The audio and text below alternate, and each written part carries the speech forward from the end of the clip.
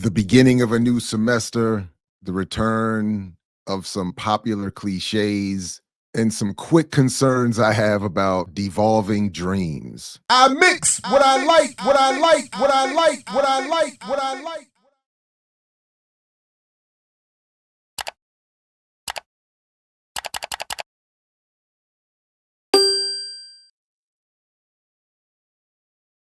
So for almost 20 years now, at the beginning of every semester, I ask students what brings them to my classes, what are their aspirations, interests, just some introductory banter, get to know you kind of questions.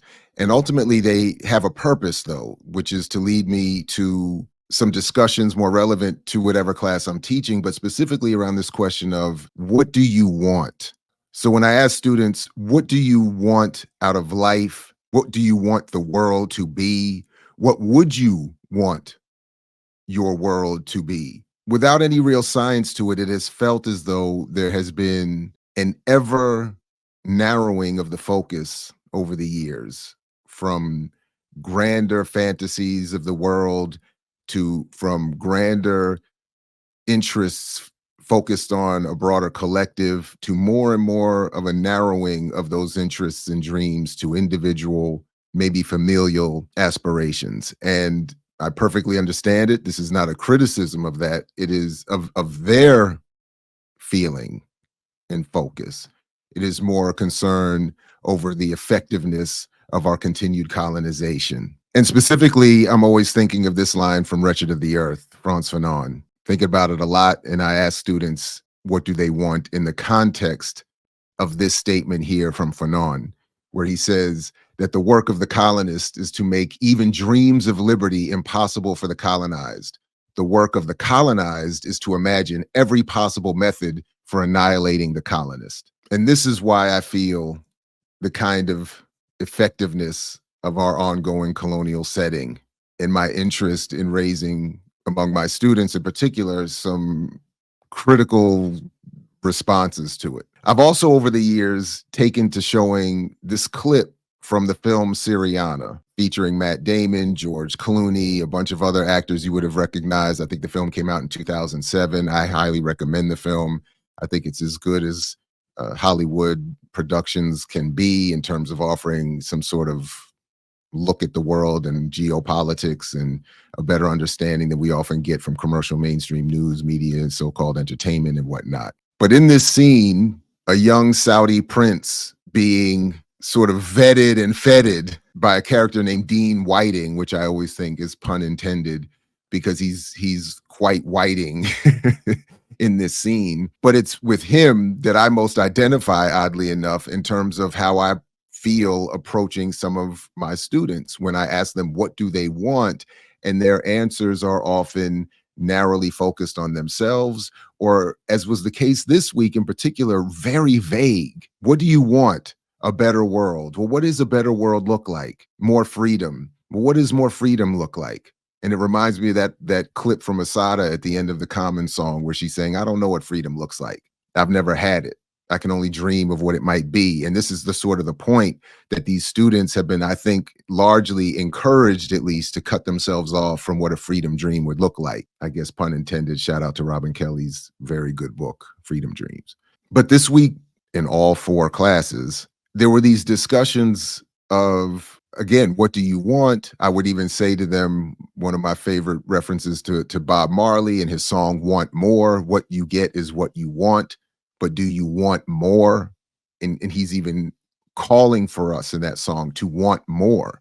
So, but when I'm asking students, what do you want? So much of it was, and has been this week, these vague, ill-defined concepts of what better might be, quote unquote, better might be. So, but this scene sort of captures perfectly for me what has been encouraged among many, particularly Black and brown youth, indigenous youth and other colonized communities, probably even white working class to a certain extent, laborers. So let's just quickly check out this scene that I've been showing my students this week and talking about for years that I think perfectly, unfortunately, captures where we are. Capitalism cannot exist without waste. We should write thank you notes to Mr. Whiting and the USA for producing 1/4 of the world's garbage and 1/4 of the demand. You're certainly welcome. Our pleasure, really. Prince, is there anything that we can do for you? Americans always happy to drill holes in other people's countries.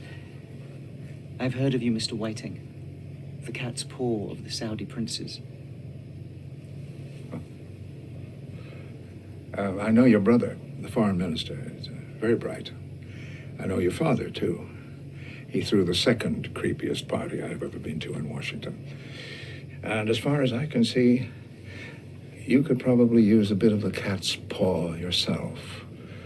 Second-born son, so beaten down by his family, he can't even tell me what he wants when he's asked straight out. A grown-up baby who's afraid of his brother?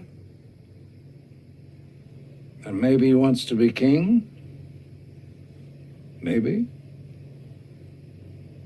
Well, Prince, are you a king? Can you tell me what you want?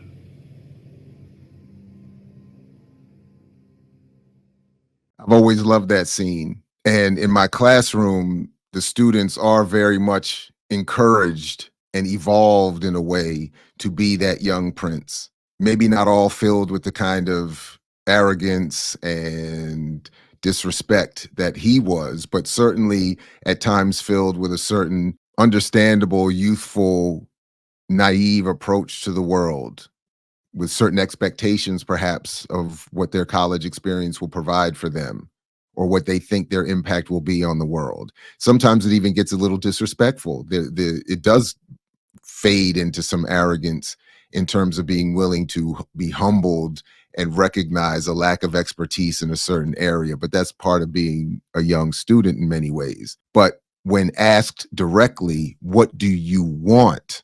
They struggle. They can maybe come up with a trite, cliched reference that they may have been encouraged to regurgitate. It's like freedom, a better world, hope, equality.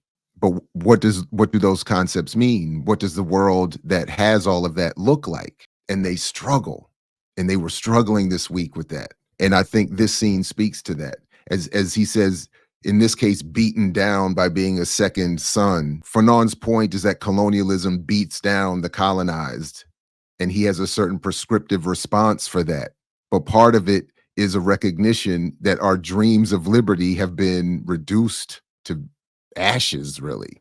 So let's rebuild those freedom dreams and dreams of liberty and the political consciousness and organization necessary to bring all of that into a reality. In the immortal words of Bob Marley, want more.